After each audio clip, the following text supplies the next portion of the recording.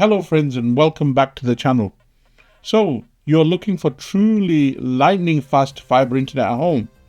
Now when I say fast, I'm talking about speeds beyond not just 100 megabits per second, 500 megabits per second, or even 1 gigabits per second. In this video, I'll explore 1.6 gigabits per second home broadband internet providers that you can subscribe to here in the UK. We'll take a closer look at the routers they offer, any mesh network options they give you, any extra services that they include, and even some perks you can enjoy if you can bundle them with a mobile SIM plan. By the end of the video, you'll have a good idea which broadband provider is the best fit for your needs. I will specifically look at Vodafone, EE, Zen, and Brisk Internet. I chose these four because they are available in my home location in Lancashire, but you may also have other alternate, that's short for alternative network, broadband options where you live. Access granted.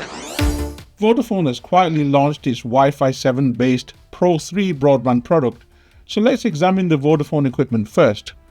To do this, I visited my local Vodafone shop. Here is a model of the main router, which Vodafone has named the Ultra Hub 7 Fibre.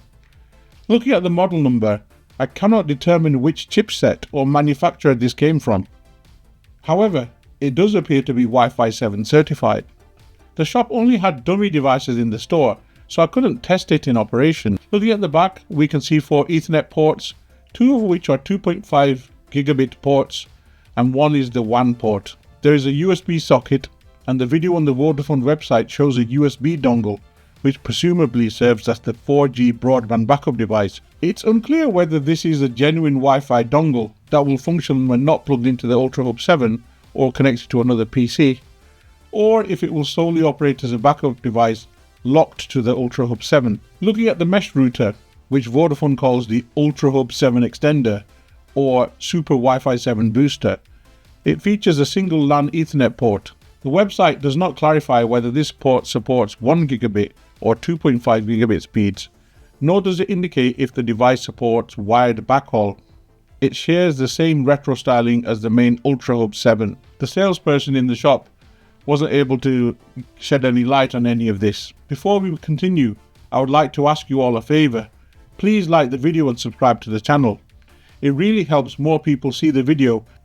I always offer my honest personal advice and would never recommend any product that I wouldn't personally subscribe to myself. I don't have Vodafone Pro III broadband at home and don't know anyone who does, so I cannot conduct any speed tests or performance analysis for you. The routers are Wi-Fi 7 certified, and so the wireless performance should be similar to that of the EE Smart Hub Pro. However, the limited number of 2.5 gigabit Ethernet ports on the Vodafone Ultra Hub 7 may require you to purchase an extra switch if you want to connect more than one 2.5 gigabit Ethernet device. In mind, one of your 2.5 gigabit ports is the WAN port, which will be used to connect your router to the ONT. Let's look at the prices.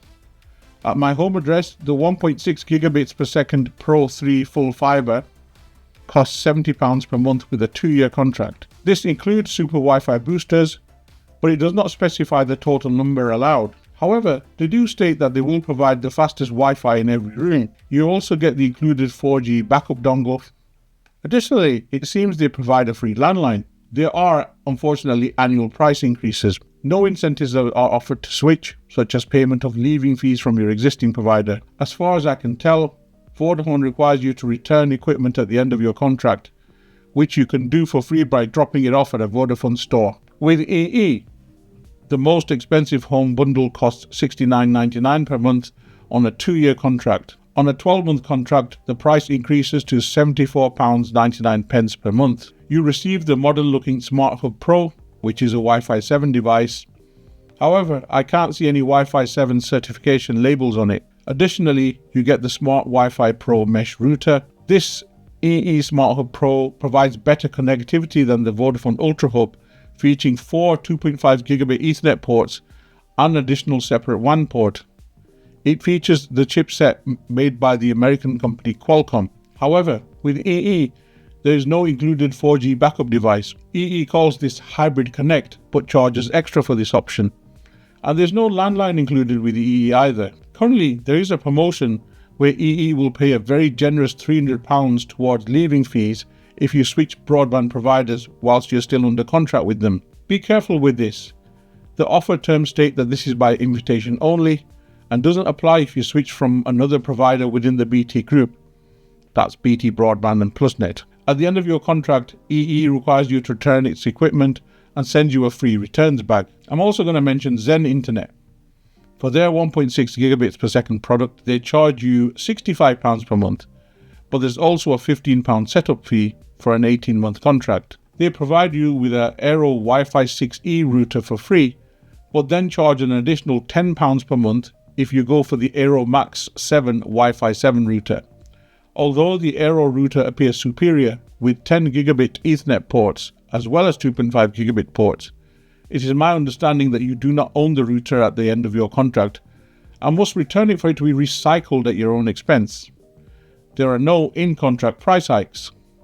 Home phone plans are extra and there is no 4G backup. If you want a mesh network with them, the closest to get to this is to hire an additional Aero Max 7 router for another £20 per month. So that's an extra £30 per month to do what EE and Vodafone offer as standard. However, Zen Internet is said to have the most reliable connection and superior customer service, boasting awards such as the Which Recommended Provider Award.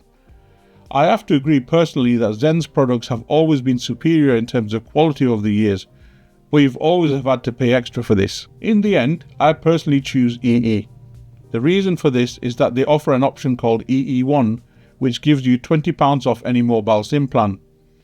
Additionally, any existing SIM plan over £10 per month is boosted to unlimited internet.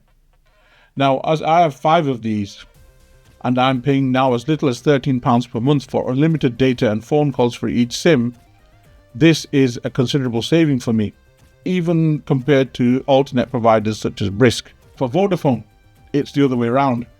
Mobile subscribers save £4 per month on the broadband cost, which is nowhere near as good as EE's offer. Vodafone would not match the EE £20 off any SIM offer. Well, at least not yet. If a 4G backup is important to you, especially if the broadband line needs to be on 24 hours a day without fail, and you also happen to require a landline, go for Vodafone Pro II. If, however, you do not need a mobile SIM card from either EE or Vodafone, you can choose Brisk, which offers a 2 gigabits per second symmetrical product for £55 per month. This package includes a Wi-Fi 6E TP-Link router, with additional costs if you wish to have a mesh system. If you want to upgrade to Wi-Fi 7 with Brisk, at the time of this video you'd need to buy your own router. They also offer a contract buyout of up to £300.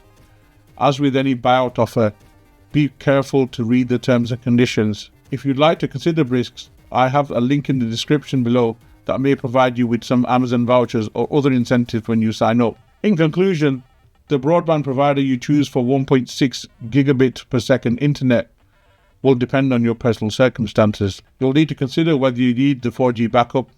In my experience, it's not needed as I always have my 5G mobile phone as a hotspot handy. Whether you need any additional mobile SIM plans. If you have an alternate provider such as Brisk available and don't need multiple SIM plans, then the alternate provider is usually the cheapest option. So, did you make any changes to your broadband provider after watching this video? Is there any other factors that you looked at which I have not mentioned here? Please let me know in the comments below.